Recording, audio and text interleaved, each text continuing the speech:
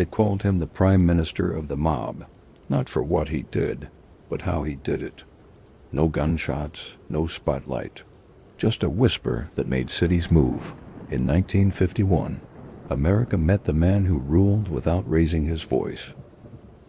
As the story begins, tell us where you're listening from and what time it is.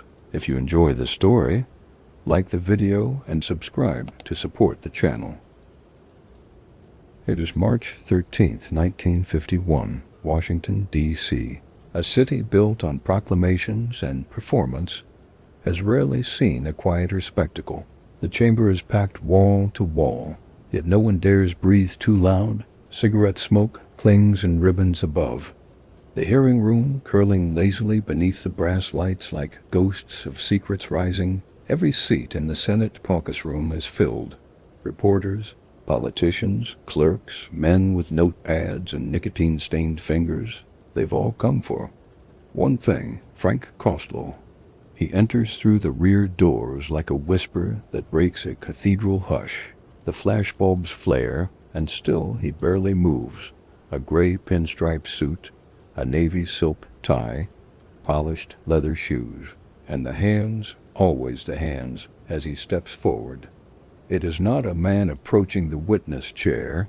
It is the embodiment of silence itself, walking into the heart of a machine built to amplify noise. This is the Kefauver Committee, televised, national, a moment designed to expose the underworld. But Costello, as always, has other plans. He sits. He doesn't lean back, doesn't smile. He places both hands on the table, one resting over the other, perfectly still. The cameras shift and pivot like nervous dogs searching for a master's face, but they will not find it. Costello has demanded that only his hands be filmed.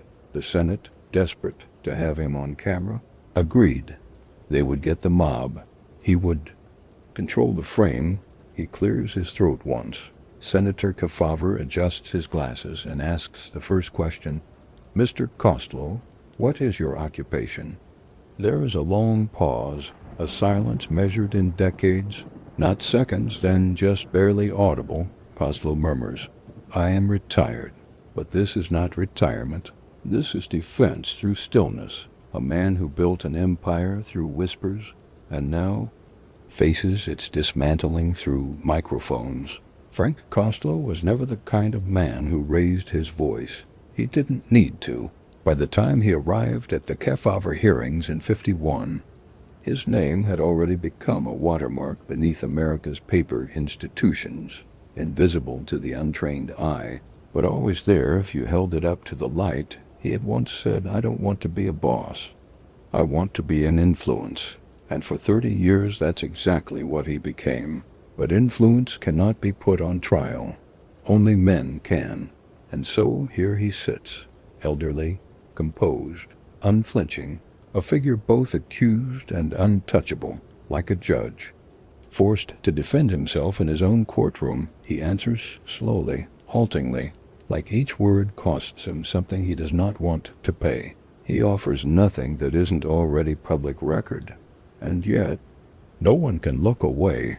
Outside the hearing room, the world watches in black and white. Television sets buzz in diners and living rooms across the country.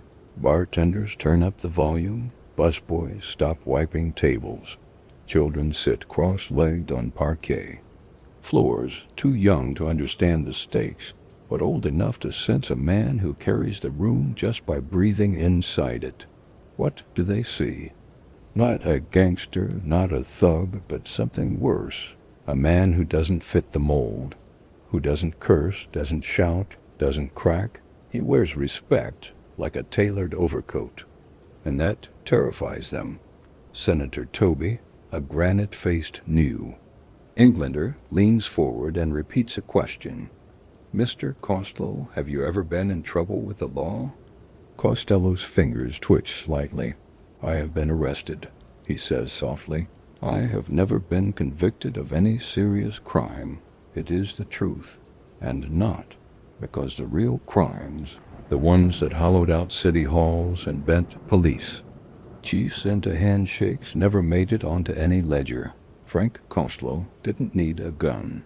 He had judges, he had mayors, he had silence. Reporters scribble frantically, but they are not writing answers. They are chronicling the art of evasion. He is the most cooperative witness they have ever seen. Polite, respectful, evasive, and absolutely unbreakable. They ask about slot machines. He shrugs. They ask about racketeering. He tilts his head. They ask about Luciano, Lansky, Genovese. He does not speak their names.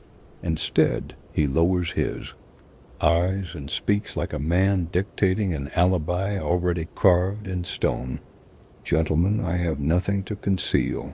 He knows they won't believe him. That's not the point.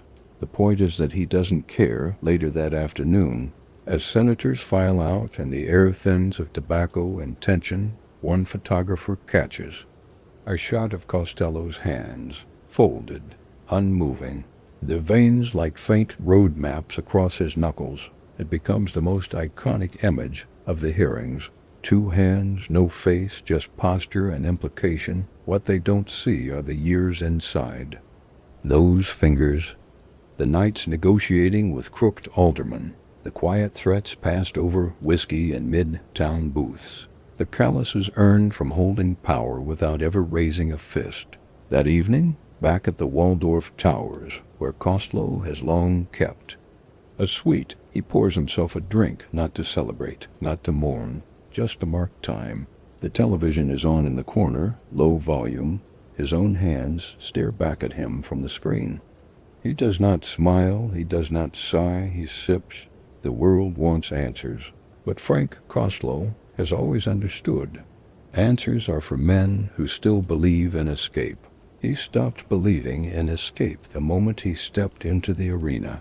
He didn't come to win, he came to survive the exposure, and to remind them, without saying it, that you cannot cross-examine a shadow. That was how it began. Not with blood, not with betrayal, but with quiet, deliberate, terrifying quiet, because sometimes the most dangerous man in the room is the one who says nothing at all. He was born with a name that barely left a trace, Francesco Castiglia. Not a name made for the headlines. Not yet. Not in 1891. Not in Laropoli, a small, sun-beaten hill town in the southern Italian province of Calabria. The house was stone. The water was carried. The days were long and unforgiving. His mother cooked over fire. His father, Luigi, broke his back in fields owned by other men. The family was poor, but that didn't make them different. In Calabria, everyone was poor. What made them different was the decision to leave. In 1895, when Francesco was just 4 years old, Luigi took a gamble. He didn't call it that. He called it necessity.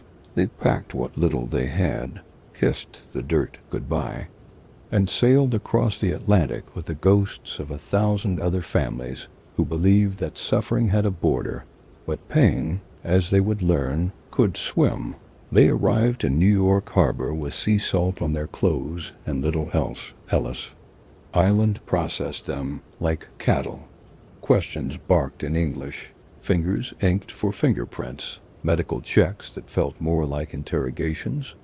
The boy, Francesco, stared silently as his surname was misheard, miswritten and misspelled. Castiglia became Costello, not overnight, but over time, soft at school, flattened in the mouths of teachers, blurred in ledgers. Eventually, even his mother called him Frank. They settled in East Harlem, an immigrant ward thick with smoke, swearing, and struggle. The buildings were narrow and built to contain dreams that outgrew them fast. Brick tenements lined 108th Street, packed 6 stories high with Calabrians, Sicilians, Irish, Jews, each hallway a babel of languages, each night punctuated by shouts, babies, boots on stairs. Inside their apartment, 1 room for 6 people. Luigi worked as a laborer, proud, disciplined, humorless. He came home late and expected silence. Dinner was bread, beans, and obedience. Frank was the second of 4. he kept to himself. Not out of shyness, but calculation. He listened when others talked, he watched when others swung, and always he learned. By the time he was 10, Frank had absorbed the rules of the street. Never owe what you can't repay, never show more than you mean to, and never ever fight unless you've already won. He wasn't the fastest, or the strongest, or the loudest, but he knew how to walk down a block and be left alone. When his older brother Edward joined a street gang, Frank tagged along, not as muscle, but as memory. He'd recount who said what, who owed what, who wanted more than they could afford. He could tell you which shopkeeper was afraid and which one was greedy, and he knew how to use that. He was barely 13. By his mid-teens, Frank had been arrested twice, petty theft. Nothing serious, nothing that stuck. He never talked, never panicked. When police questioned him, he'd look them in the eye and shrug.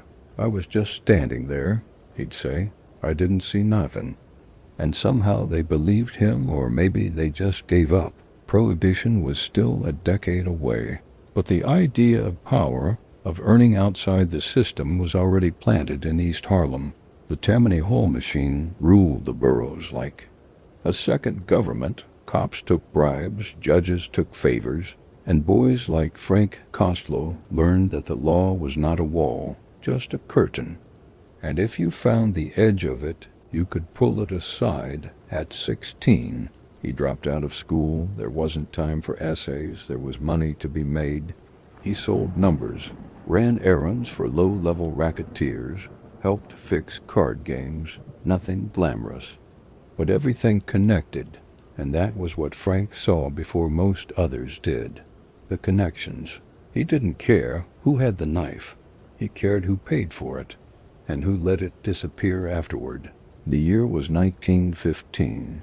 The country was on the cusp of war, but in New York another kind of empire was forming, not with generals and borders, but with bootleggers, bookmakers, and bagmen. Frank was 24. He'd already been arrested 5 times, but you'd never know it. His record was thin. His suits were clean. He began going by Frankie, then Frank Costello. He met men with names that would one day change the world of crime. Lucky Luciano, Meyer Lansky, Bugs Siegel. Men who didn't wait for opportunity. They created it.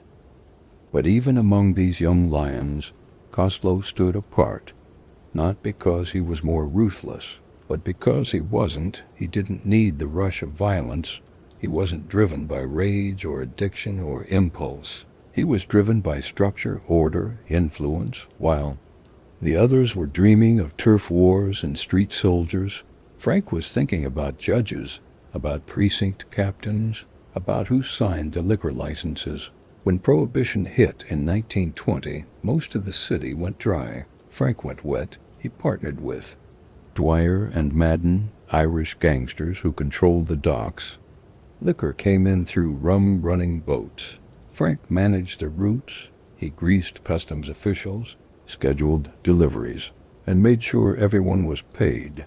Not too much, not too little, just enough to keep the system humming. He wasn't flashy. He didn't drive a big car or show up with girls on his arms. But he was always there, always watching, always quiet. The bootlegging empire grew, not like a wildfire, but like a machine. And Frank was the oil. What made him dangerous wasn't what he said. It was what he didn't. He let other men yell. He let them threaten, posture, bleed. He just stood behind them, calm, composed, whispering suggestions. And when the smoke cleared, Frank was still standing, because he never stepped too far forward, and never ever stepped too far back. Psychologically, he was unlike most of the men around him. He wasn't plagued by loyalty. He wasn't burdened by pride. He believed in survival. He believed in progress. And he believed in staying useful. That belief, more than ambition, more than vengeance, became his religion, and in a world where chaos ruled the street corners, Frank Costello offered something new. a criminal who acted like a diplomat, a gangster who understood that real power didn't shout, it whispered. By the late 1920s, he controlled dozens of slot machine operations, bootleg liquor lines, and gambling routes. But you wouldn't know it from looking at him. He still lived in East Harlem, modestly. Still took his coffee in the same corner diner. Still answered his own door. But when he walked down the block, men tipped their hats, and cops looked the other way. Because Frank Costello, once a silent boy in a tenement hallway, had become the architect of something larger, not just a racket, but a system, one where the men with the bats worked for the men in suits. And Frank, he was choosing the suits. He never carried a blade, never fired a shot in public, never left a body in a trunk. But by 1922, Frank Costello had more blood on his hands than most men with a trigger finger. Because in the underworld, as in politics, it's not who pulls the lever, it's who built the machine. New York was boiling, the kind of heat that came from alcohol, betrayal, and ambition. Prohibition had transformed the 5 boroughs into a battleground of opportunity. Liquor didn't vanish, it just changed hands, and every empty bottle became a full pocket. For someone who knew how to move it, Frank Costello wasn't interested in saloon brawls or alley stabbings. What he saw in the chaos was infrastructure, opportunity without violence, power without noise. He had learned early that rage was cheap. What mattered was control, quiet, systematic, invisible in the backrooms of uptown cigar parlors. Frank became a fixture, not loud, not flashy, but always there. He remembered names. He knew which doorman took bribes and which judge needed one.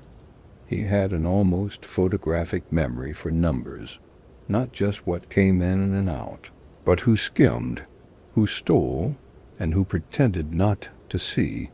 That kind of mind didn't go unnoticed, especially by the rising stars of New York's criminal future. Charles "Lucky" Luciano had already begun carving a name for himself among the Italian gangs. Ruthless, charismatic, and razor-sharp, Luciano was what the old Sicilian dons feared. A modernizer. He didn't care about tradition. He wanted efficiency. Meyer Lansky, on the other hand, was a tactician, soft-spoken, methodical, and quietly terrifying. He believed in structure and laundering and long games that played out over decades. And then there was Costello, the diplomat, the oil between the gears. The three of them met through proximity and necessity. Harlem, the Lower East Side, the gambling dens that never slept. But what grew between them was not friendship. It was alignment. Luciano brought muscle and fire. Lansky brought mathematics and logic. Costello brought access together. They formed a triangle the government wouldn't even recognize until it was too late. In 1924, Frank married Loretta Geigerman, a woman as composed and calculating as he was. She came from wealth, not vast, but solid, and she had no illusions about the man she married. They lived quietly, elegantly, no gaudy displays, no loud clubs or headline arrests, just a Park Avenue apartment, tailored suits, and a circle of associates who all owed Frank something they couldn't repay, while Luciano dealt with the infighting of the Mafia's old guard, and Lansky planned international routes for liquor shipments and gambling capital. Costello focused on one thing: leverage. He built political contacts like other men built rackets, not with cash but with consistency. He delivered voters, funded campaigns, made calls at the right hour, and in return, judges looked the other way. City inspectors found nothing, and permits arrived right on time. He made friends in Tammany Hall, the Democratic political machine that ran New York, like a shadow government. He didn't demand favors. He offered value. Ward leaders, precinct bosses, deputy commissioners. They all began to view Costello not as a gangster, but as a man who could get things done. And that, more than bullets or threats, made him indispensable. In 1926, Frank orchestrated one of his first major ventures, slot machines. To most mobsters it seemed petty, too simple, too slow. But Costello saw the genius of it. Machines didn't talk. They didn't require loyalty. They worked every hour of the day, in bars, candy shops, and drug stores, and when coins clinked into their metal bellies, they fed more than just cash. They fed silence, influence, power. He'd partnered with a man named Willie Moretti, brash, funny, violent, the opposite of Costello in almost every way, but effective. Moretti handled the ground game, Frank handled the permits, and before long hundreds of slot machines lined the neighborhoods of New York and New Jersey.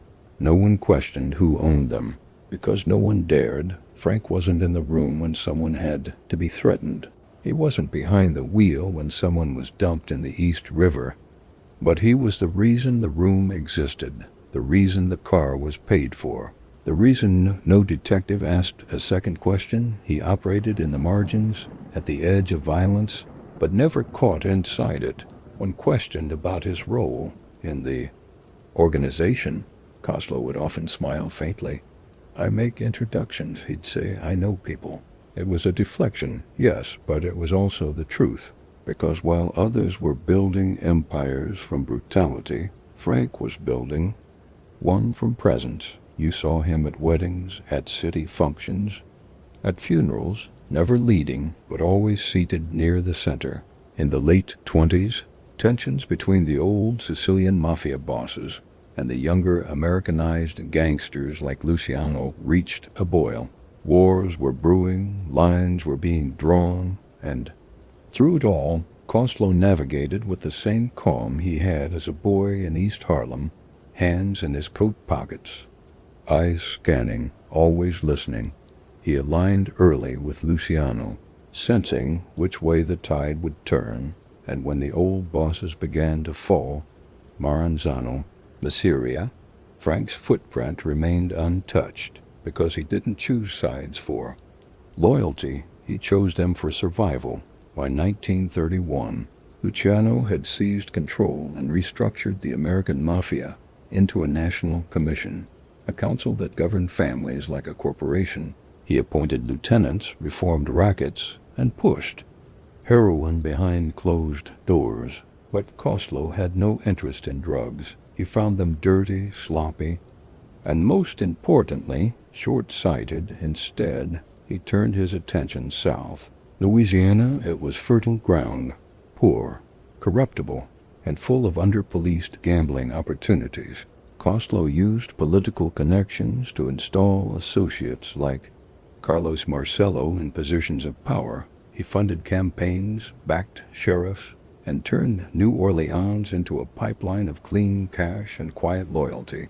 And just like that, Frank Costello wasn't just a New York figure anymore. He had gone national. Through it all, his name rarely appeared in headlines. Others drew attention. Bugsy Siegel with his Las Vegas casinos, Dutch Schultz with his press antics. But Frank preferred the background. He wore earth tones, avoided nightclubs, never shouted, never ranted. If you asked 10 people to describe him, 9 wouldn't recall what he looked like. But all of them would remember how they felt in the room when he entered. That was the essence of Frank Costello. Not a killer, not a saint, not a politician, but something between them all. A man who understood that in a world obsessed with domination, the real kings were the ones no one saw coming. And by 1935, Frank had built an empire without ever needing to break a single bone. It began with the sound of coins, small, insignificant. At first, a clang, a rattle, a faint metallic cheer as silver dropped into metal trays. But by 1934, that sound was everywhere, in the backs of candy stores, behind drugstore counters, inside smoke-filled bars where men fed nickels into one-armed bandits like worshippers at a mechanical shrine. And standing somewhere behind it all, never quite in view, was Frank Costello. Most people thought of slot machines as toys, harmless distractions for old women or bored drinkers. But Frank knew better. He didn't see machines. He saw systems, machines that didn't ask questions, machines that didn't demand loyalty, machines that kept working day and night, nickel after nickel, long after the button men had gone home and the street lights dimmed. It wasn't gambling, it was revenue, and revenue in the hands of the right man could become power. New York City was hurting in the 1930s. The Depression hadn't just emptied wallets, it had emptied belief. Factories shuttered, men stood in soup lines, children walked to school with shoes made of newspaper. But even in that landscape of desperation, Costello saw opportunity, because when people have nothing left to trust, they'll try their luck on anything, especially something that lights up and makes noise. Frank didn't invent the slot machine, but he elevated it, turned it into a foundation stone for a modern empire. With his political contacts in Tammany Hall, he secured placement. With the muscle of men like Willie Moretti, he secured obedience, and with the silence of police captains on the take, he secured longevity. He didn't just install machines. He installed an ecosystem. By 1935, he had thousands of units humming across the boroughs. Nickel by nickel, the city was bleeding into his pockets, and no one knew where it went, because Frank didn't live loud. He didn't buy mansions or drive flashy Packards. He wore soft suits, favored quiet lunches, and preferred his name whispered, not printed. But the revenue kept flowing. Some estimates place the intake at over $20 million annually, a staggering figure for the time. The genius of the operation wasn't its visibility, it was its subtlety. He wasn't selling vice, he was selling hope, 5 cents at a time. And in a world where the American dream had shattered on Wall Street, hope, even mechanical, was a hot commodity. But not everyone was blind to the empire he was building. In 1936, New York Mayor Fiorello LaGuardia declared war on Costello's slots. He wanted a spectacle, so he made one. Reporters were summoned to Pier 11. The mayor arrived in shirt sleeves, sleeves rolled, jaw set like a prize fighter. Behind him, a line of confiscated slot machines, hundreds of them, sat stacked like coffins. And then came the destruction. Sledgehammers swung, glass shattered, metal twisted and screamed. Cameras clicked furiously as LaGuardia, red-faced and triumphant, stood over the wreckage like a general after battle. The public loved it. The papers ran headlines: Mayor smashes mob's machines, city cleans house. But Frank didn't blink, because by the time LaGuardia's show hit newsstands, the real machines, the profitable ones, were already on trucks bound for New Orleans. In Louisiana, the machines found fertile ground. The politics were even looser, the law even cheaper, and the public just as eager to drop nickels into chrome promises. Frank struck deals with local officials, judges, sheriffs, even legislators. He poured money into campaigns. He funded civic projects. He became not a criminal in Louisiana, but a benefactor. By the late 1930s, Costello controlled the single largest slot machine operation in the United States. And the genius was this: most people didn't even know his name. They knew the machines, they knew the thrill, they knew the payoff, but they didn't know the man pulling the strings, not from a back room, but from a soft leather chair behind. A locked office door. Even the FBI struggled to make a case. They had suspicions, they had whispers, but they had nothing they could pen, because Frank didn't touch the machines, didn't sign the leases, didn't carry cash. He moved through proxies, through networks, through shadows, and when he traveled, he used different names, took different routes, spoke only when necessary, To understand Costello's slot's empire is to understand how criminal empires evolve. It wasn't built on intimidation. It was built on systems. Each machine was a cell in a larger organism, a coin-operated artery feeding an unseen heart. The locations were carefully chosen, not for their foot traffic, but for their silence, bar owners who didn't ask questions, storefronts that faced the alley, not the street, parishes where one donation bought a decade of goodwill. And when the quarters flowed too quickly, when law enforcement got curious, Costello didn't threaten, he didn't hide, he simply made a call to a councilman, to a judge's nephew, to a campaign treasurer. And just like that, the inquiry vanished. What made Frank Costello's operation unstoppable wasn't fear. It was gratitude. He didn't demand loyalty. He earned it. He gave before he took. He made men feel like partners, not pawns. And in doing so, he built a foundation more stable than any gang war. Behind the curtain of every machine sat the same cold truth. Power isn't loud. It doesn't slam fists or break noses. Real power is silent, invisible, patient. It waits. And when the time comes, it cashes in. By 1939, Frank Costello's influence reached from city halls to state houses. He had his fingers in infrastructure, unions, judges' chambers, and police precincts.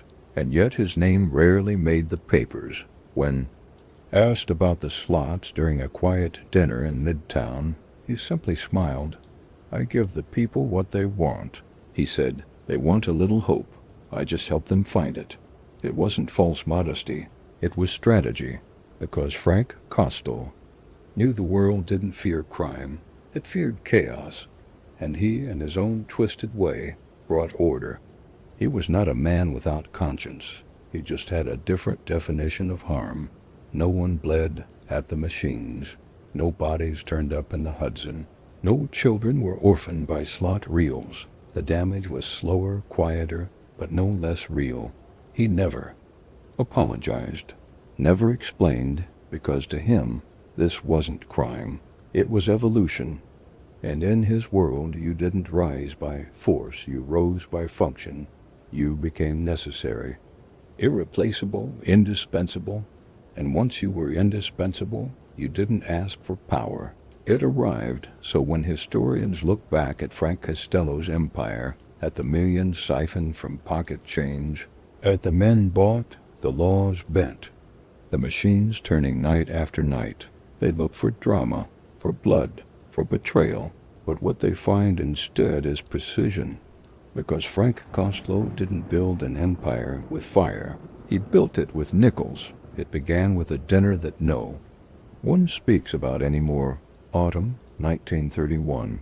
A private room above a restaurant on the Lower East Side.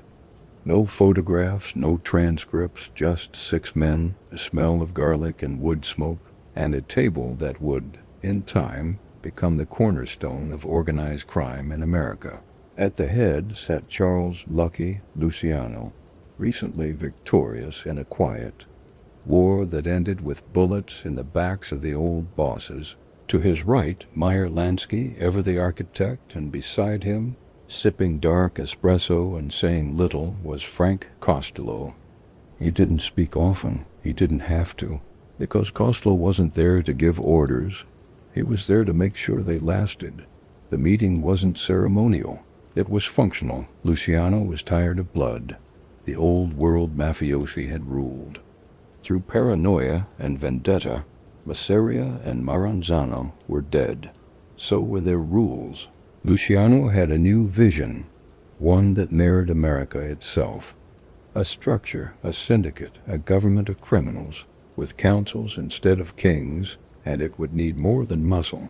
It would need diplomacy. Frank Costello was the perfect emissary, not because he was soft, but because he knew when not to push. Luciano could broker power, Lansky could launder it, but Costello, he could translate it. He knew how to speak to politicians without sounding like a thug. and he knew how to speak to thugs without sounding like a politician. The result was the Commission, a council of bosses from the 5 families of New York, along with powerful figures from Chicago, Detroit, Cleveland, and beyond. Its purpose was simple: peace through profit. Disputes would be handled with votes, not bullets. Territories would be respected. Blood would spill only when permission was given. It was revolutionary, and it worked. Costello became its unofficial statesman. He rarely raised his voice, but when he did, men listened, because he had a gift that few men possessed. He could sit with senators at noon, and sit with hitmen at midnight, and both would feel equally seen. He wore the same suit to both meetings, nothing flashy, tailored but muted. His tie always straight, his manner always calm. He didn't promise, he suggested. He didn't threaten, he implied. And in a world full of noise that made him powerful, in 1933, Prohibition ended for most bootleggers. It spelled collapse. For Costello, it opened doors. The mob pivoted into casinos, into narcotics, into unions, into Havana and Hollywood, and Havana again, and through it all, Costello became the quiet current running beneath the surface. While Luciano expanded operations and Lansky developed international laundering routes, Costello focused on the fabric between the seams: the judges who needed campaign donations, the district attorneys who wanted re-election, the reporters who would kill a story for a golf trip and a handshake. He turned corruption into a language spoken softly, written on cocktail napkins, sealed with loyalty. His operations bled into city contracts, into construction bids, into zoning permits and school boards. He could call a city planner and reroute an inspection. He could make a deputy commissioner take a 2-week vacation, just long enough for a warehouse to be cleared of evidence. It wasn't brute force. It was timing, precision, leverage. What Costello understood better than almost anyone was this: violence burns bridges, influence builds them. He didn't need men to fear him. He needed them to need him. And by 1935, nearly every political machine in New York had, at some point, taken his call. He became known, quietly, as the Prime Minister of the underworld, not because he gave orders, but because he made sure they passed. In one particular anecdote, lost to history but remembered in whispers, Costello once visited a state senator in Albany. He brought no bodyguards, no entourage, just a small briefcase and a folded newspaper. He entered through the service entrance, sat in the senator's office for 15 minutes, left without speaking to anyone else. That same week, a bill targeting illegal gambling licenses vanished in committee. No explanation given, none required. That was the Costello method. No bombs, no bodies, just results. While Luciano courted Havana and Chicago, Costello built deeper roots in Louisiana. He saw what others missed. New Orleans wasn't just a city.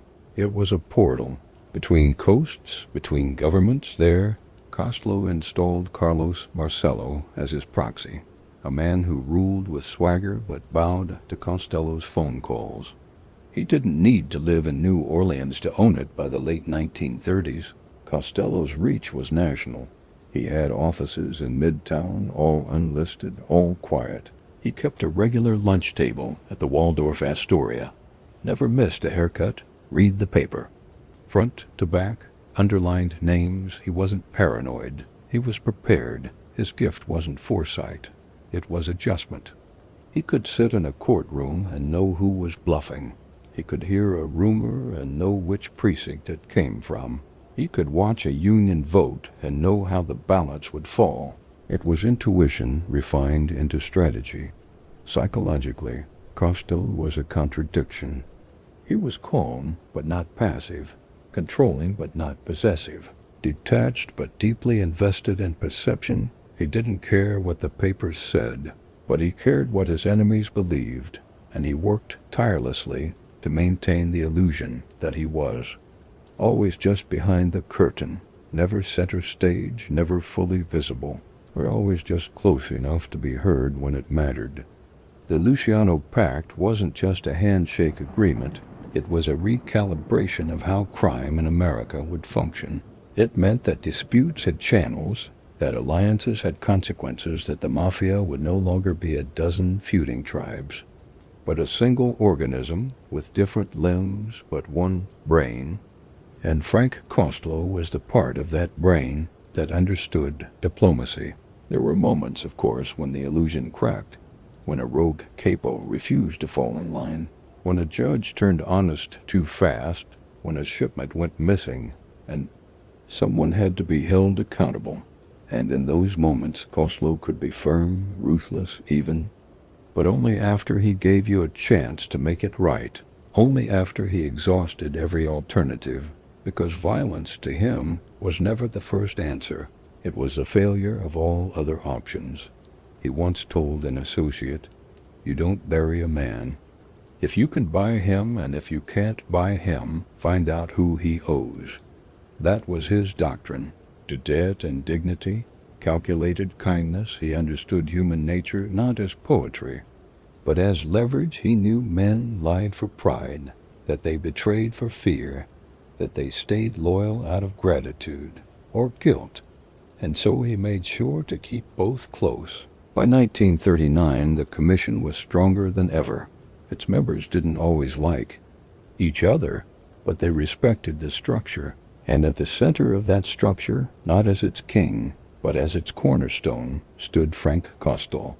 He would never be the loudest, never the most feared, but he would outlast most of them, because while others sought dominance, he sought balance, and in the world of organized crime, balance was the rarest currency of all. It wasn't the kind of power that needed to be announced.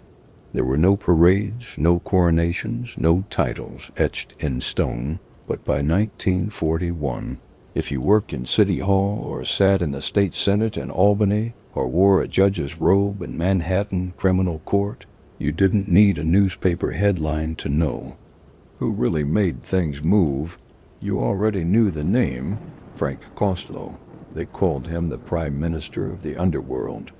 Not as a joke, not as exaggeration, but because the title fit. He wasn't the king. He was the man who made kings. In politics, men ran for office, but they didn't win on charisma alone. They needed money, they needed voters, they needed the silence of enemies and the protection of favors. And Frank Costello could deliver all three. He didn't host fundraisers, he didn't campaign. He simply made a few calls. When the path cleared, if he backed you, you got elected. If he withdrew, you were already finished. He kept no desk, no stationery, no title on a door, but from quiet booths at the Waldorf Towers Lounge, from the back tables of uptown restaurants, from phone booths on Park Avenue, he ran a network more effective than the Democratic Party itself. His contacts ranged from Louisiana to Long Island, state senators, district attorneys, union bosses, city clerks, building inspectors, fire marshals, even priests. They didn't fear him, they respected him, because Costello didn't threaten, he didn't need to. A man who owed him something always remembered, and a man who didn't, he simply never heard from again.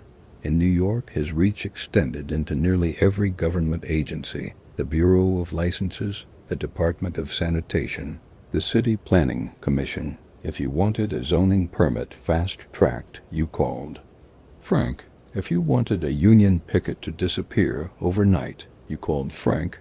If you wanted to win and didn't want to explain how, you called Frank. And when he answered, it was never immediate.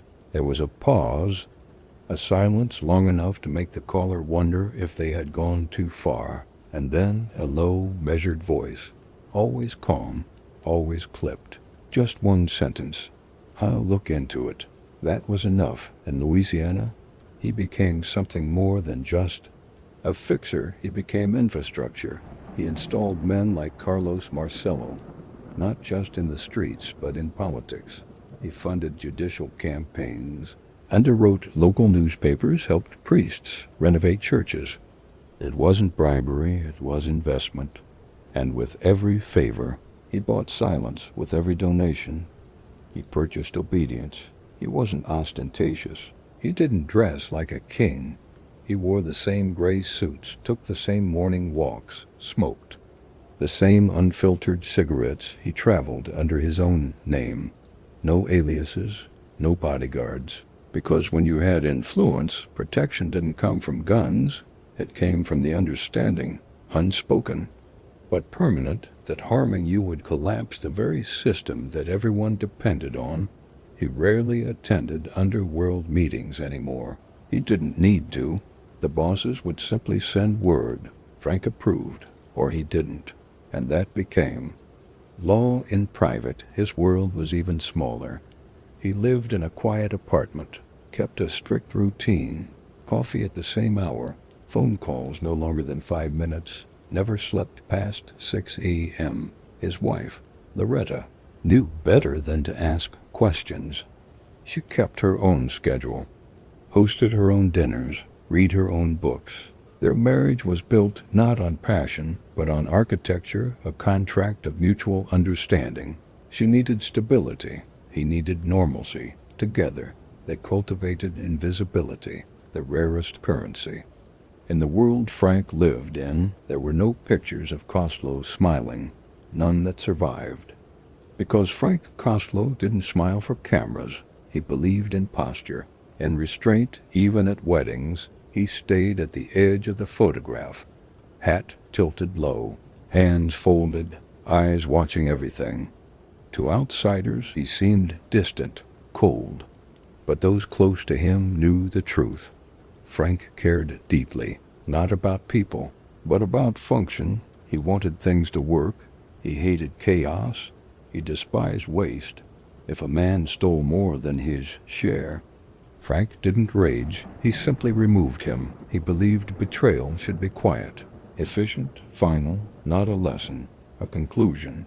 The FBI began watching him closely in 1942. Wiretaps, surveillance, interviews with bookies and lawyers, secretaries, and janitors, but they never got close because Costello never touched the product, never signed the paperwork, never said the words they needed. He stayed in the pocket of the law, just out of reach, and he made sure the people below him took the risks.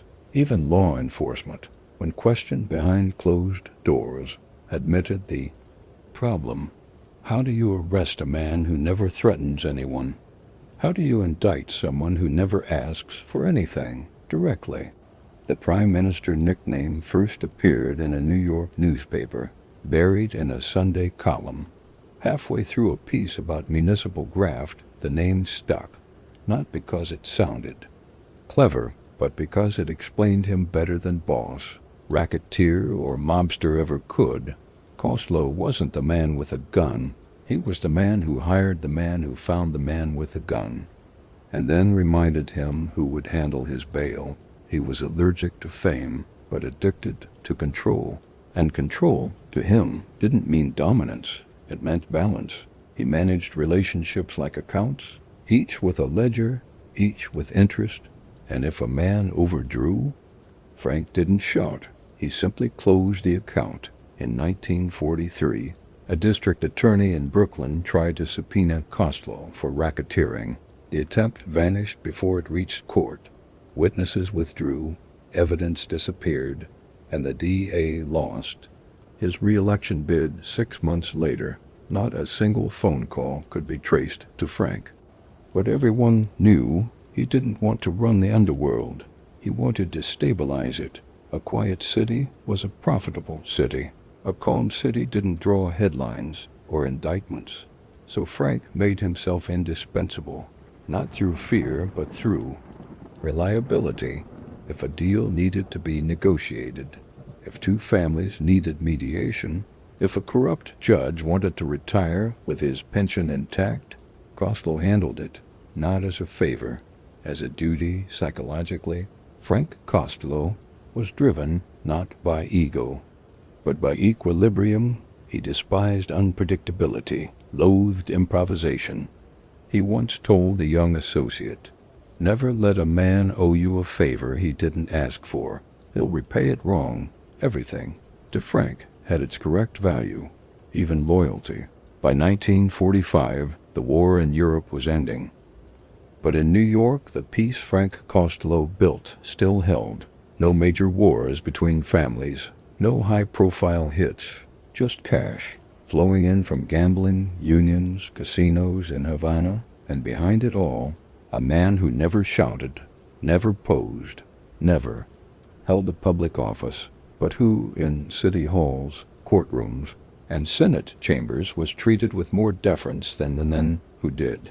Because Frank Costello wasn't just a figure in the mob, he was the one they called before decisions were made, before candidates were picked, before arrests were scheduled. He was, in every way that mattered, a kingmaker in the shadows. In the desert, the lights always came on before the roads were paved, neon, flickering in the silence, a promise of something grand before the dust could settle. Las Vegas, in the early 1940s, wasn't yet a city. It was a blueprint drawn in heat and mirage. And while the world remembers Bugsy Siegel for putting glamour in the sand, it was Frank Costello who saw the map underneath the dream. He didn't need the headlines. He didn't need to be the face. He just needed to be in the room, behind the checkbook, behind the contracts, behind the curtains of every casino where the money changed hands faster than the chips. By then, Costello was already a master of quiet placement. He understood something most gangsters never learned, that front men were replaceable, but the money behind them was sacred. So, while Siegel was dazzling investors with the Flamingo Hotel and dealing with Hollywood egos and budget overruns, Costello was backing other ventures with less risk and more return.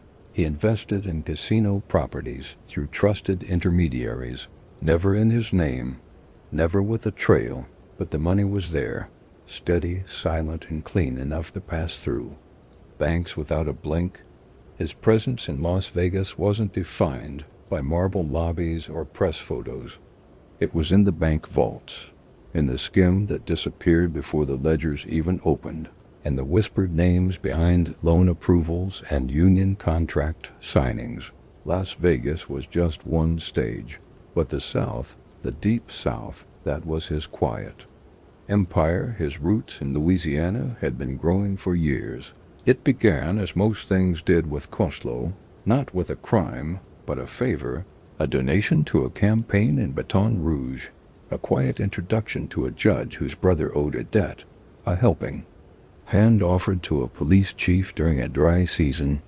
By the time Huey Long was gunned down in 1935, Frank already had men waiting in the wings. Long's machine, one of the most powerful political engines in American history, didn't collapse when the boss died. It adapted, and Costello was there to grease the gears. He understood that the South had something the Northeast didn't. It had space. It had secrecy. And it had a political structure too fractured to track favors once they were given. In Louisiana, sheriffs ran parishes like kings, judges held court with no audience, and local newspapers could be bought for the cost of a new roof. Frank didn't bring corruption to the South. He just organized it. His biggest footprint came through slot machines, the same model that had worked in New York before Mayor LaGuardia's theatrical crusade found new life in the bayous. Drugstores, barber shops, roadside diners, bait shops, all became quiet collectors for Costello's nickel empire. The machines weren't just money makers, they were anchors, each one a deal, a handshake, a favor. The shopkeeper kept 25%. The local sheriff looked the other way, and once a month, a man from New York flew in to collect the rest. But the genius was in what followed. With every dollar collected, Costello reinvested. He funded small construction firms, backed minor league ballparks, paid for a new wing at a Catholic school, He became the man who made things happen, without speeches, without signs, just with checks that cleared and problems that disappeared.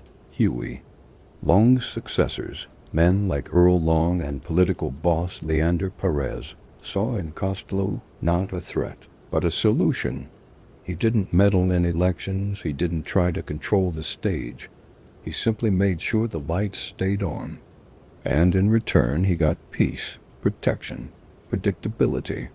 In New Orleans, Carlos Marcello, Costello's southern lieutenant, tightened the grip.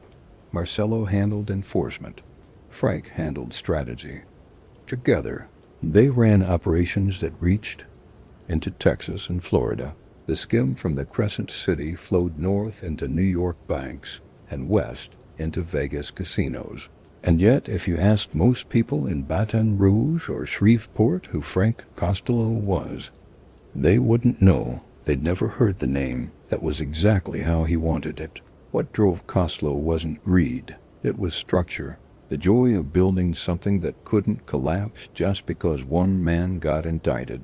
One man got shot. One man lost control. He believed in redundancy and delegation, in systems that could breathe without supervision. Vegas and Louisiana gave him that. Where New York brought headlines, the South brought stability. Where the commission meetings brought egos, his meetings in Louisiana brought obedience. He rarely traveled there himself. He didn't need to. His emissaries handled the groundwork, union negotiations, building inspectors, cash deliveries, but once or twice a year, Frank would fly in under a false name, stay at a quiet inn near Lake Pontchartrain, and hold court. No entourages, no cameras, just 3 or 4 men at a table with ledger books and cigarettes, updating him on the health of an empire that no one even knew he owned. Psychologically, these ventures gave Costello something the rest of the mafia could never offer him: peace. No bodies in alleys, no courtrooms full of rats, no press swarming outside brownstones in Manhattan. Just numbers, margins, and the hum of machines that never stopped spinning. He once told a confidant, quietly, over dinner, "You can't build forever in a city that looks for villains, so you build where they look the other way." That was his doctrine, not disappearance, but diffusion. The more pieces he placed across the country, the harder he was to pin down, and it worked. Even as the FBI tightened its grip on New York, even as commission bosses were subpoenaed, jailed, or killed, Frank Costello remained an enigma. Man whose name never appeared on a casino license, never on a union payroll, never on a donation slip, but who, somehow, always got the call when something needed fixing. Las Vegas gave him legitimacy, the South gave him shelter, and together they made him immune, not invincible, but insulated. By the end of the 1940s, gambling wasn't just a vice, it was an industry, and Frank Costello, without the fame of Bugsy, without the flash of Lansky, without the fury of Genovese, was the one who saw it coming first. Not because he had a crystal ball, but because he understood people. He understood what they'd always want: hope, luck, and a machine that made them feel like just once the odds might tilt their way. It was just past 7:00 p.m. on May 2nd, 1957, a warm spring evening in Manhattan, the kind that smelled faintly of exhaust and budding dogwoods. Frank Costello exited the elevator of 115 Central Park West, a quiet, dignified apartment building. Facing the green curve of the park, he had just returned from dinner: veal, a glass of Barolo, a silent nod to the waiter who had known not to speak unless spoken to. The lobby was calm. The doorman nodded. Everything was as it always was until it wasn't. The shot came from behind cracked glass, a burst of pain just above the right ear. Costello staggered, reached for the wall, and slumped forward. Not down, just forward, as if he'd lost his footing for a moment too long. The bullet had grazed. His scalp missed the brain by an inch, but the message had landed perfectly. This wasn't about killing him. It was about showing him that he could bleed. The shooter fled into the night, no mask, just purpose. His name was Vincent the Chin Gigante, a rising enforcer, hand-picked not by random fate, but by Vito Genovese for years. Costello had ruled not with fire, but with grace. His power came from continuity, from compromise, from outlasting the men who couldn't stop pulling triggers. But Vito Genovese wasn't interested in continuity. He had returned from exile in Italy with a hunger that had been growing since the early 1930s. When Luciano rose, when Costello stepped into the vacuum, and when Genovese was forced into the background, to Genovese, Costello was an obstacle. Worse, a soft one. They called it a Cold War, but the tension was burning just beneath the surface. Costello kept control of the family Luciano had left in his hands. He kept the commission steady. He kept the money flowing, but Genovese saw that restraint is weakness. He viewed diplomacy as cowardice. And every Senator Frank sat beside, every Judge Frank spoke to with a half-smile and a folded handkerchief. That was another reason for Genovese to hate him. Genovese wanted to return the Mafia to its roots. No more cocktails with district attorneys. No more public hearings, no more civility. He wanted blood. He wanted power to mean fear again. He wanted Costello gone. The attempt was not sloppy. It was calculated. Gigante had been following Costello for weeks, timing the steps, measuring the silence between the doors, studying the curve of the hallway. And when the shot was fired, it was clean. Just not fatal, frank. Costello didn't press charges, didn't hold a press conference, didn't even flinch for the cameras. He bandaged his wound, held a cigarette between two fingers, and told reporters he didn't get a good look at the man who tried to kill him.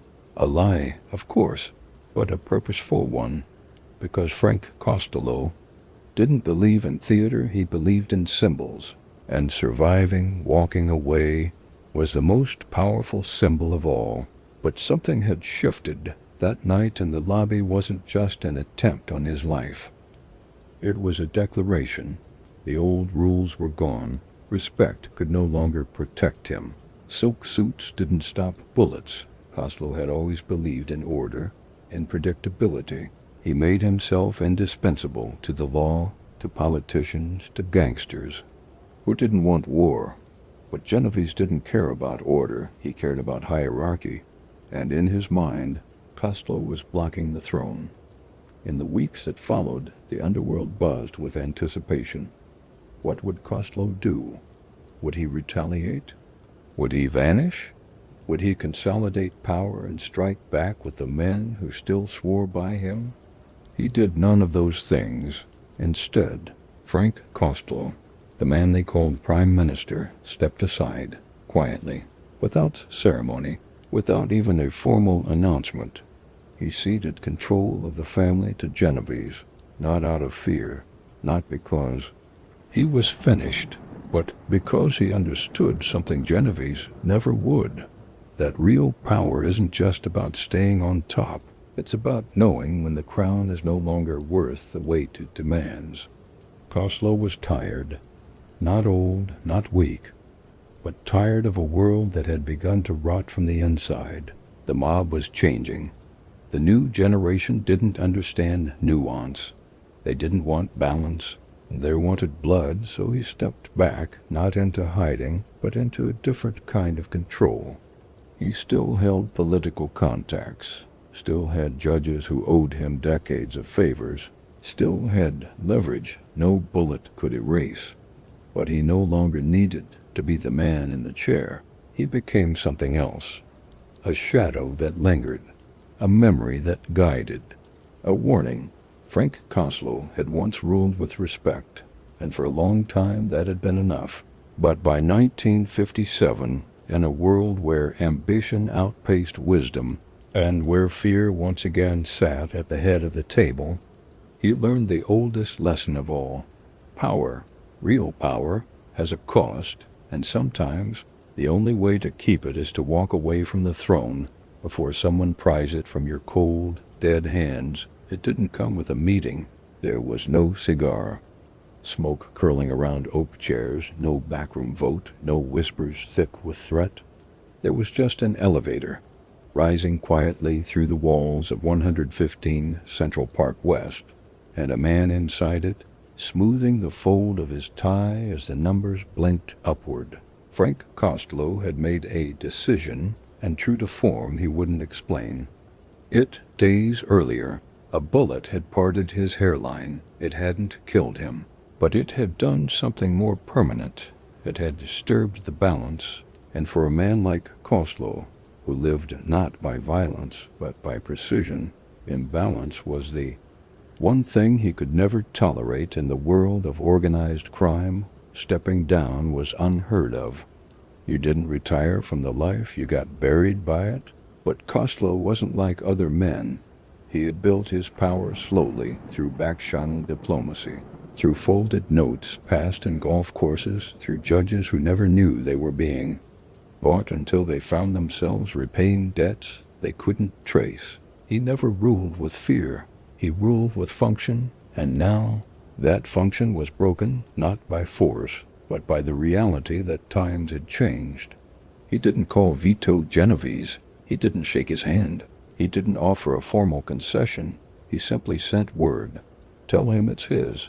There were those who waited for a reaction, for Costello to strike back, to remind the world what happened when you failed to kill a man like him.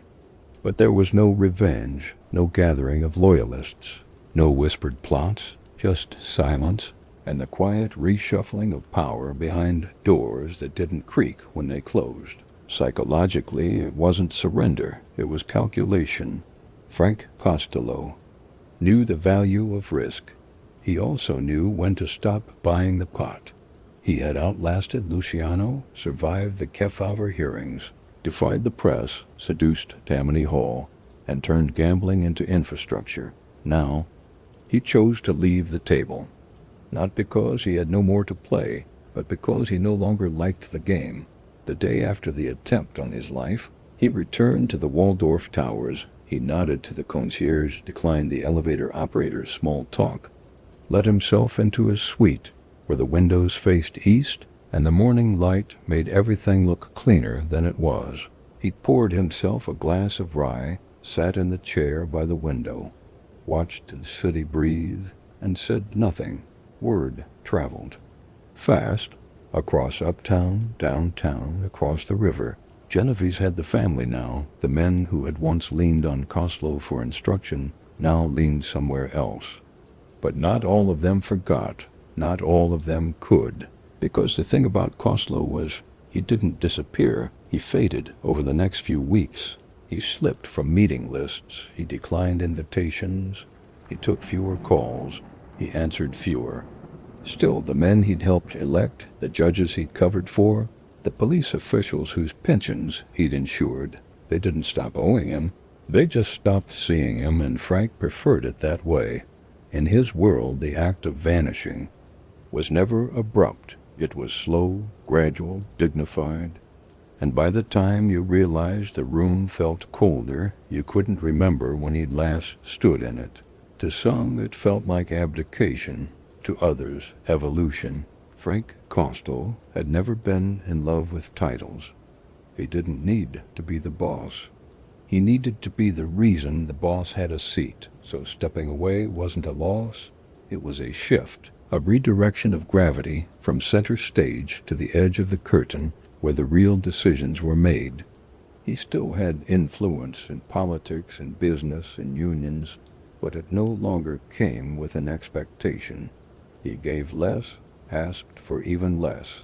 There were no favors left to chase, just a ledger he kept in his head, full of names he no longer needed to collect from. There's a story, quiet, mostly unconfirmed, of Costello visiting a judge in late 1957. He didn't bring a lawyer, didn't wear a coat. He sat across from the man, looked him in the eye, and said, "I won't need your help again, but you won't forget mine." Then he left. In many ways, it was the cleanest exit a mob boss had ever made. No indictments, no exile, no grave, just withdrawal. He kept his habits.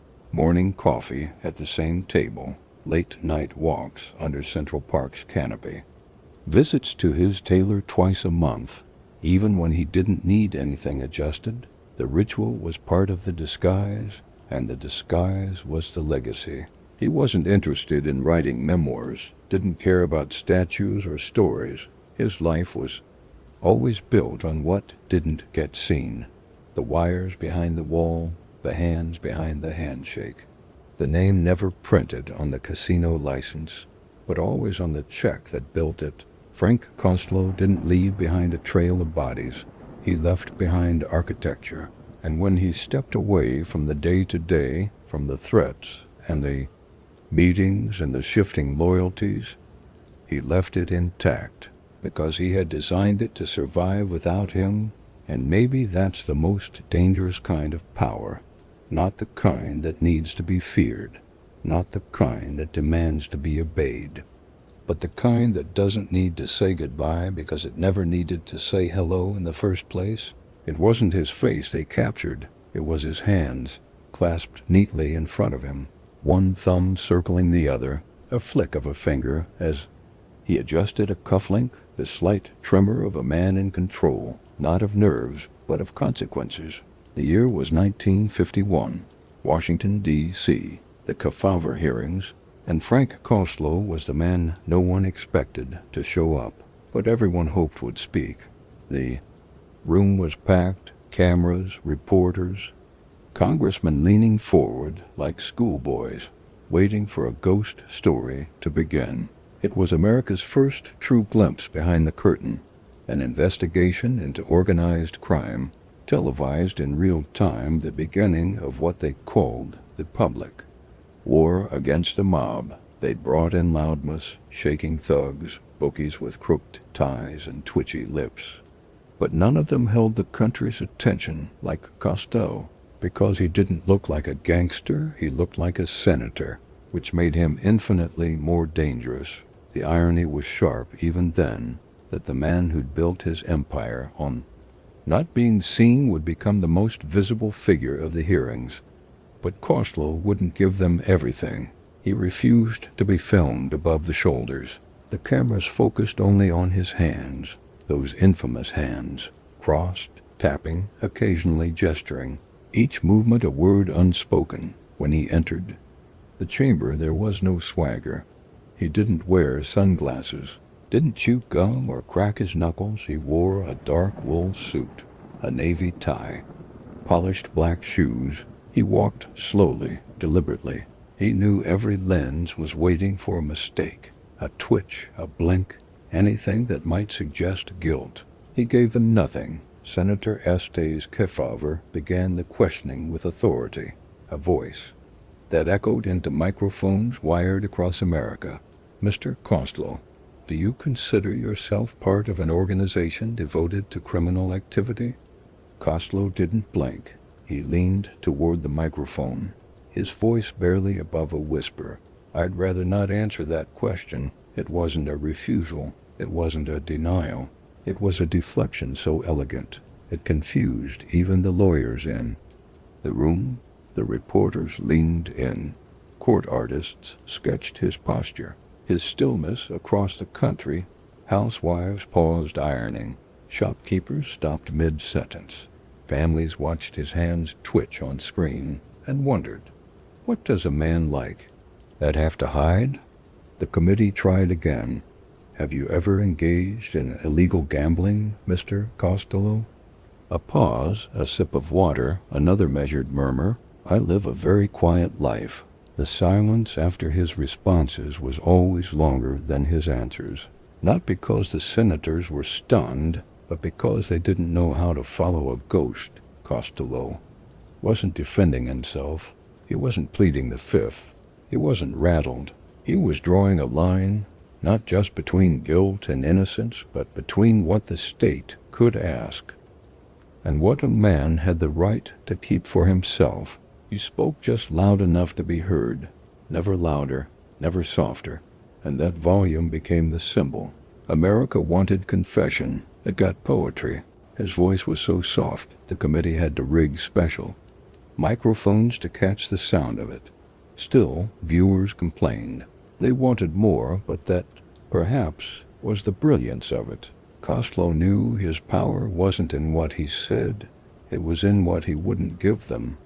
Senator Charles Tobey, impatient, red-faced, old New England thunder, pounded the table more than once.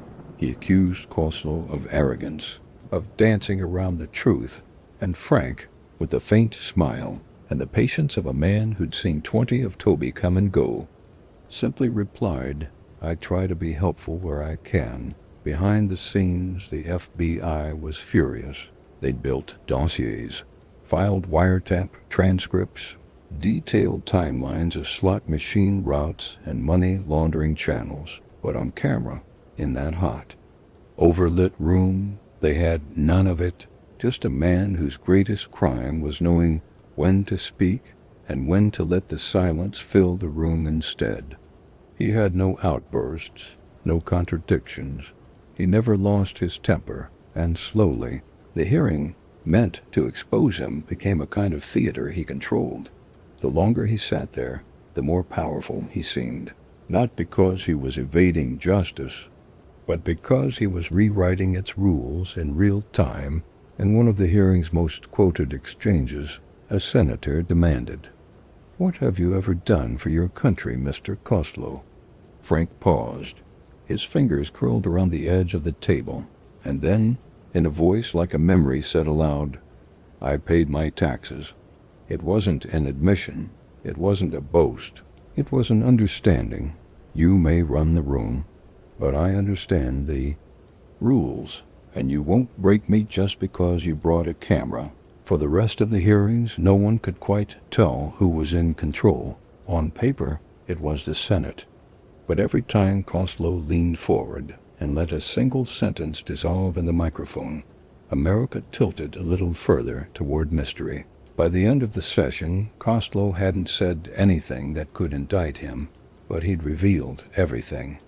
About the country that created him, he didn't threaten, he didn't resist, he just survived, and in doing so, he proved the one truth that still echoes through criminal justice history. You don't have to say much to say everything. After the hearing, he walked out the same way he came in, straight-backed, silent, untouched. The reporters swarmed, shouting questions into the wind. He didn't answer. He just lit a cigarette, looked past them all, and stepped into a waiting car. For years, the tapes were studied, the footage replayed, his hands analyzed like ancient runes. But the mystery remained. He hadn't cleared his name. But he'd confirmed his myth decades later. Historians still struggle with how to categorize the Kefauver moment. Was it a triumph of public transparency, or a case study in legal impotence? Was Frank Costello defeated, or did he leave that hearing more powerful than before? The answer is somewhere in the silence he left behind, because when you strip away the noise, the bravado, the performance, what's left is a man sitting behind a table, in a suit that fits, with a mind that can't be cornered, and a voice that never had to rise to shake the country awake. By the early 1960s, New York had changed. The streets moved faster. The faces in the back rooms were younger, hungrier, less careful. But in one corner of Manhattan, above Park Avenue and the 28th floor of the Waldorf Towers, time moved differently.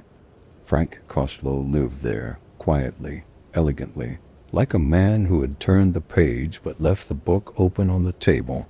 He kept the same routine, up at dawn, newspaper folded neatly beside his plate, 2 soft-boiled eggs, 1 slice of toast, black, coffee, no sugar. He read slowly, pen in hand, underlining names, circling court cases, noting elections, not because he planned to act on them, but because knowing was a habit, and habits, especially the useful ones, die last. Costello no longer pulled strings, he no longer called favors, but he listened, and people still came. Not many, but enough. An aging boss from Jersey, a crooked labor lawyer, a young upstart from Brooklyn with too much ambition and not enough sense. They came in through the service elevator, sat on the edge of his armchair, lowered their voices like schoolboys, and asked, "What would you do, Frank?" He never told them what to do. He asked them questions, listened for the things they left out, then sent them away with 2 sentences. No more, no less, sometimes a warning, sometimes a direction, sometimes nothing at all, and that silence stayed with them longer than any command could. He wore the same tailored suits, gray or navy, subtle pinstripes, no tie clip, no cufflinks unless he was seeing someone important. He had nothing to prove. And yet, everything about him still spoke of weight, presence, like an old cathedral no longer used for worship, but too sacred to tear down. He dined alone most nights. Corner table, same waiter, same meal. He never drank more than 2 fingers of rye. Never smoked more than 1 cigarette. He didn't talk much, but when he did, people leaned in. There were no more wiretaps, no more raids, no more headlines. He had survived them all. Luciano, exiled and gone. Siegel, dead in a hotel suite. Genovese, rotting in prison. Anastasia, gunned down in a barber's chair. Lansky, hiding behind countries and tax codes. But Costello, the one who never ran, never hid, never changed his name, was still here. No trials, no betrayals, no regrets. At least not the kind he ever spoke aloud. He had once been at the center of the machine. Now he was the memory it couldn't quite forget, the name that still held weight in whispered circles. Not a boss, not a threat, but something more rare. A man who had walked out of the fire without a single burn mark visible. The FBI still filed reports once or twice a year. Someone new would be assigned to him. A young agent would stake out the towers, take photos of the comings and goings. They always left confused. No crimes, no meetings, just a man, growing older, watching the city from a window that faced the park. Eventually, they stopped watching one December evening during a snowstorm. That coated Manhattan in a hush. Costello sat near the window, untouched scotch in his hand, and turned to the doorman who had just delivered the evening paper. "You know what the secret is?" he asked, almost to himself. The doorman didn't respond. Costello nodded once, then looked back toward the falling snow. "Stay useful, then disappear before they know how much they needed you." That was his farewell, not a press release, not a eulogy, just a quiet man in a quiet room, teaching a final lesson without ever raising his voice. He died in his bed, not in a car, not in a stairwell, not in the back booth of a restaurant with red leather seats and bad lighting. He died the way very few men in his world ever did, peacefully, privately, and untouched by the chaos he once helped command. Frank Costello, March 18, 1973. Heart failure. There was no manhunt, no breaking news, no screaming headlines, just a short paragraph buried on page 9 of the New York Times. Frank Costello, reputed former crime figure, dies at 82, a name the city hadn't spoken aloud in years, but one it had never quite forgotten. The funeral was small, family, 1 lawyer, 2 men who didn't wear ties but knew how to carry silence. No press, no flowers with names spelled out in ribbon, no limousines idling at the curb. The church was quiet. A single candle flickered near the altar. The priest said nothing about power or politics or gambling, just the words, "Francis Castiglia, son of Laropoli, Calabria. May God keep him." Outside, it rained, the kind of steady, cold rain that doesn't wash anything clean, but reminds you of what's already faded. And in that gray hush, they lowered him into the ground. No guards, no enemies watching from trees, no whispers of betrayal, just stillness. For the underworld, it marked the end of an era, not with thunder, but with absence. Costello hadn't been active in decades, but he had remained present, as a name, as a memory, as a measure. Now, even that was gone to the public. He had become a relic, a story half told by uncles over whiskey, a myth in the corner of old books, a silhouette caught on grainy film, answering Senate questions in a voice too soft for television. But in certain rooms, the quiet, carpeted ones where real decisions were made, his legacy still echoed. He had outlived Luciano, outlived Genovese, outlived the hearings, the wars, the blood-soaked headlines, no convictions, no exile, no disgrace. He had left the stage on his own cue. Some called it luck, others called it strategy. But those who understood knew the truth. Frank Costello didn't survive because he was the strongest. He survived because he knew when strength stopped mattering. In his final years, he walked less, spoke even less, sat by the window of the Waldorf towers and watched the city blur. He still read the paper, still circled names, but he no longer called them. The game had moved on, and he had let it.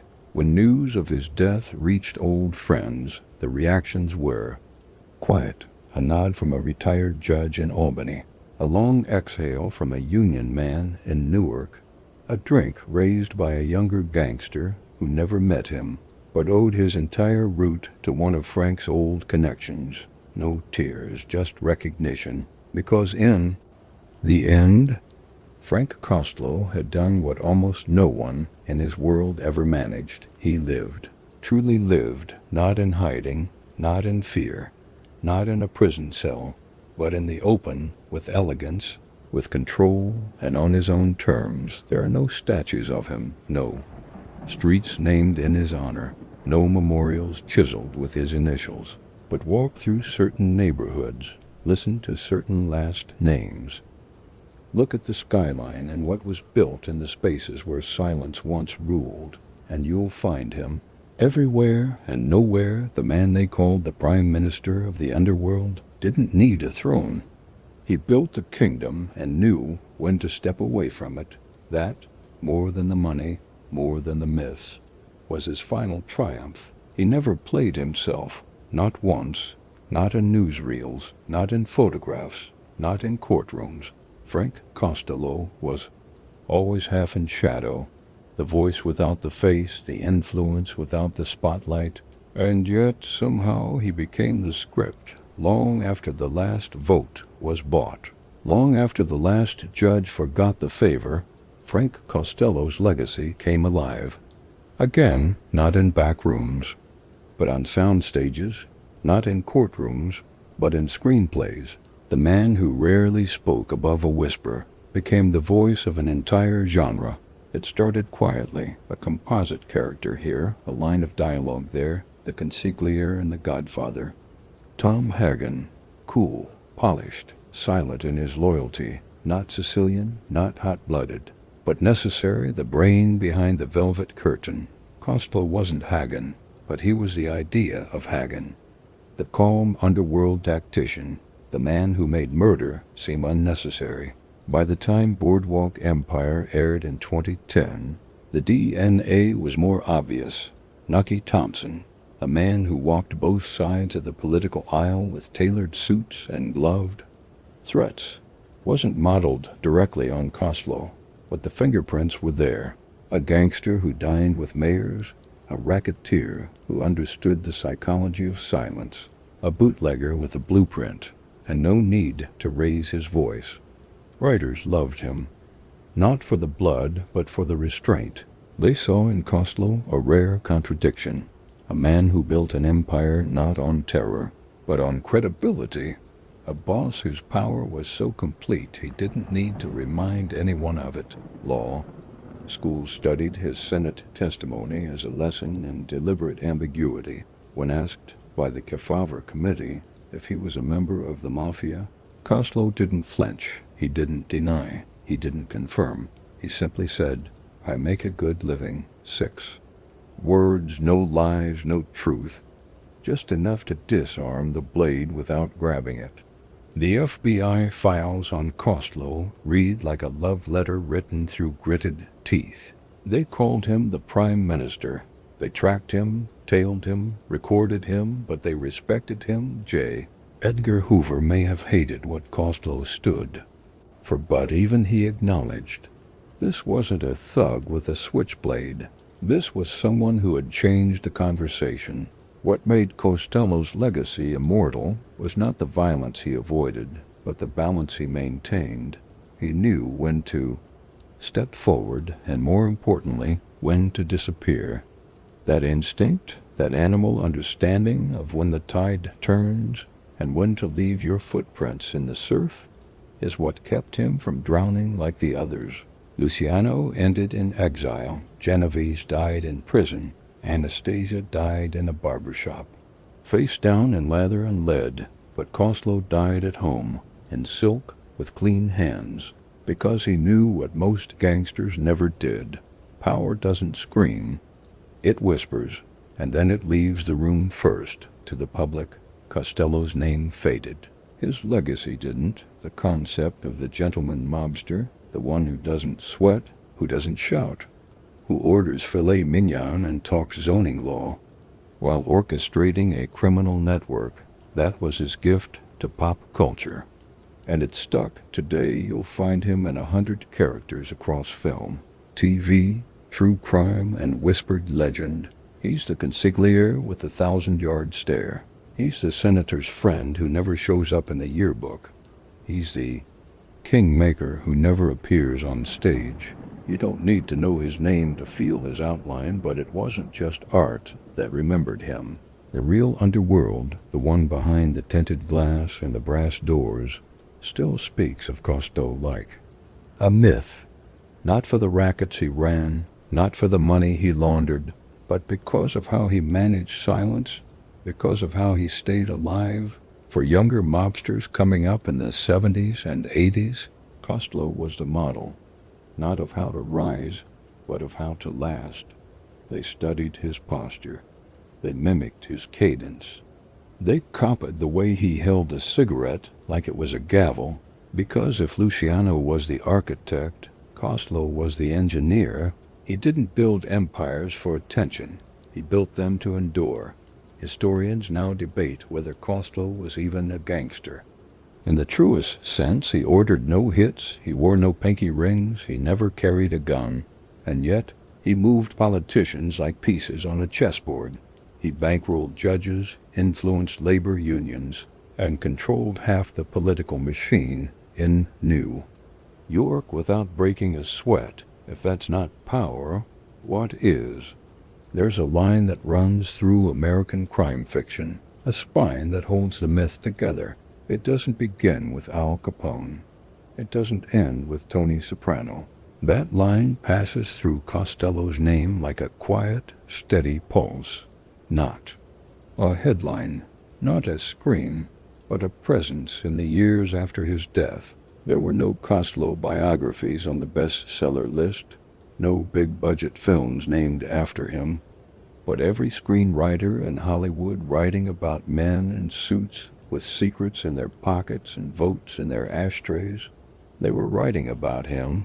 Whether they knew it or not, he became the mold, not the fire, not the gunshot, but the shadow that lingers after the door closes, the man who proved that a gangster didn't have to be brutal to be feared, didn't have to be loud to be heard, and didn't have to die in the gutter to make history listen. Frank Costello's greatest legacy wasn't the empire he built, it was the silence he left behind. A silence that still teaches, still warns, still hums beneath the surface of every story about power and how it moves. The room was too bright for truth. It was the spring of 1951. Room 457 of the old federal courthouse on Foley Square had been transformed into something between a courtroom and a stage, not for justice, for spectacle. Wires dangled like veins from the ceilings. Heavy cameras pointed like cannons from behind velvet ropes.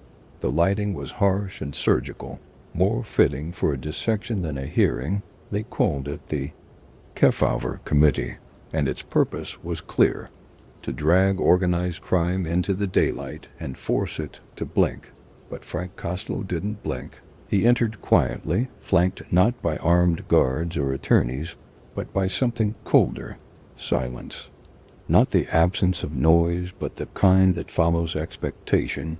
He wore a dark suit, tailored within a thread of perfection, and a tie the color of dried blood. His eyes scanned the room with no interest in the faces, only the layout: doors, elevations, angles. For a man who built an empire on what wasn't said, he had no use for applause. What made that day strange wasn't the drama, it was the restraint. The senators, young, hungry, flanked by their staffers and cue cards, leaned forward as if they might inhale power itself. Estes Kefauver, the chairman, a man with Tennessee manners and prosecutor's instincts, welcomed Costello with formal courtesy. But make no mistake, this was not a meeting of equals. The goal was to corner him, to unravel decades of silence with just enough sunlight and public shame. But how do you pin down a ghost? Cameras weren't allowed to film his face, only his hands. That was the compromise, a nod to public curiosity and Costello's insistence on dignity. The networks complied. For the next several days, America watched a pair of aging hands twitch, fidget, tap, and tighten. They gripped a water glass. They folded and unfolded a handkerchief. They reached for nothing, and somehow that was everything. When Costello spoke, it wasn't what anyone expected. There was no defiance, no growl, no performance. His voice was soft, raspy, low, like wind brushing through reeds. Some microphones barely picked him up. Transcripts had to be reviewed 3, 4, 5 times, but the words, when they came, landed with weight. "Senator," he said once, when asked why he'd met so many elected officials behind closed doors, "I paid for my seat. I didn't ask who sat next to me." That was it, a single sentence, but it echoed like a confession shaped as a riddle. Those 11 words said more about power than any indictment ever could. Costello didn't need to say he was above the law. He only had to make it clear that the law, or at least those who wielded it, had never been strangers. He didn't shout, he didn't deny, he didn't fold. That was his genius. Most gangsters broke bones, he bent reality. As the hearing wore on, the senator's confidence began to wear thin. They tried to press him, to provoke anger or contradiction. He gave them instead a masterclass in ambiguity. One-word answers, shrugs, long silences that made the reporters in the back shift. In their seats, Kefauver leaned forward at one point and asked directly, "Mr. Costello, are you part of an organized criminal syndicate?" Costello blinked once. He adjusted his tie, glanced down at his hands, and murmured, "I wouldn't know how to answer that, Senator." Laughter rippled faintly through the room. Not from Costello, but from somewhere behind the press box. It wasn't amusement, it was recognition. The truth was, everyone in that chamber knew who Costello was. They just needed him to say it. He never did. Because Frank Costello understood something most men in that room didn't. That admission isn't power. Control is. Silence is. And control, for him, wasn't a means. It was the end outside the courthouse. Reporters surged like a tide. Flashbulbs popped.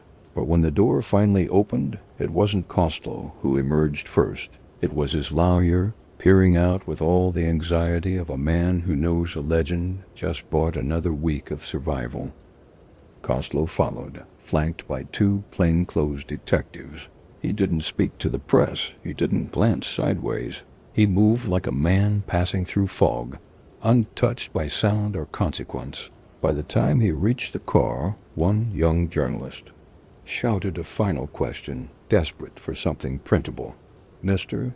Costello, what should the public think about your influence in politics?" He paused then, just for a moment, and looked directly at the camera lens. His expression didn't change, his lips didn't move, but the message was there, thick as gravity.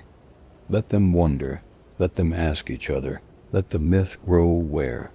Proof had failed. Years later, the footage became iconic, not for what it revealed, but for what it preserved, a portrait of a man who lived by a mission. In that grainy black and white reel, his hands became a national metaphor, firm, steady, unpredictable. Historians watched the hearings not for information, but for instruction. Law professors dissected his answers the way scholars parse Shakespeare. What did he mean by paid for? His seat. Was it a nod to corruption? A challenge to the illusion of democracy? Or just a shrug dressed in velvet? Even today, the quote appears in textbooks, not under crime, but under influence. Because Frank Costello didn't just break laws, he shaped how we understood them. He took the machinery of American governance, the councils, the contracts, the corridors of favor, and made them an extension of his reach. And he did it without shouting. In fact, the one moment he raised his voice ever so slightly was when a young senator insinuated that. Costello was afraid. Costello's head tilted. His hand curled into a loose fist, and he leaned into the microphone. "I fear nothing," he said. "That's why I'm here. Not because of summons, not because of guilt, but because power, real power, doesn't flee the spotlight. It walks through it, untouched, back in." His suite at the Waldorf Towers. Later that evening, Costello stood by the window, a glass of scotch in one hand. The lights of the city smeared like melted silver across the skyline. Behind him, the television still played the hearing, mute now, only his hands on the screen, twitching, resting, moving again. He was not a sentimental man, but he understood. Legacy, he knew that power dies twice, once in the world and once in the memory of it. The hearing had been a gamble, but one he knew how to play. In the coming months, books would be written. The FBI would scramble. Politicians would quote him in private, even as they condemned him in public. And yet no charges would stick. No handcuffs, no exile, no downfall. Because Frank Costello hadn't testified to innocence, he had testified to relevance. And in that courtroom, under lights meant to expose, he cast shadows instead. They say a lion doesn't need to announce itself. Costello never did. When he walked into a room, conversations slowed. When his name came up in City Hall, the tone changed. Not because he was feared like Capone or revered like Luciano, but because he couldn't be categorized. He wasn't just a gangster. He wasn't just a boss. He was the architect of quiet dominance. The hearings didn't make him. They revealed what the underworld had always known, that true influence isn't about who pulls the trigger. It's about who whispers before the trigger is ever needed. Frank Costello didn't win by muscle. He won by mood, by manner, by mastering the art of presence without force. In the years that followed, as the commission shifted and younger bosses clawed for control, his legend remained untouched. Even those who surpassed him in brutality or fortune never eclipsed him in mystique, because you can defeat a tyrant, but how do you fight a man who never swings, only leans? In the final archived tape of the hearing, there's a moment nearly lost to static. A senator, exasperated, asks again, "Are you denying involvement in the National Crime Syndicate?" The camera shows only hands. Costello pauses, then folds. His fingers slowly, reverently, almost like a man at church. "I'm not here to teach civics," he says. "I'm here because I was asked. I came. I answered." And then silence, the kind that doesn't fill space. It changes it. That was the last sentence of the session. The committee adjourned. Reporters began filing stories. The reels were labeled and stored, and America moved on. But in that moment, in that whisper, Frank Costello didn't just evade the law. He authored a parable, a lesson in how power, when fully matured, does not threaten, it waits in silence, and when the time comes, it speaks once, just loud enough to be remembered.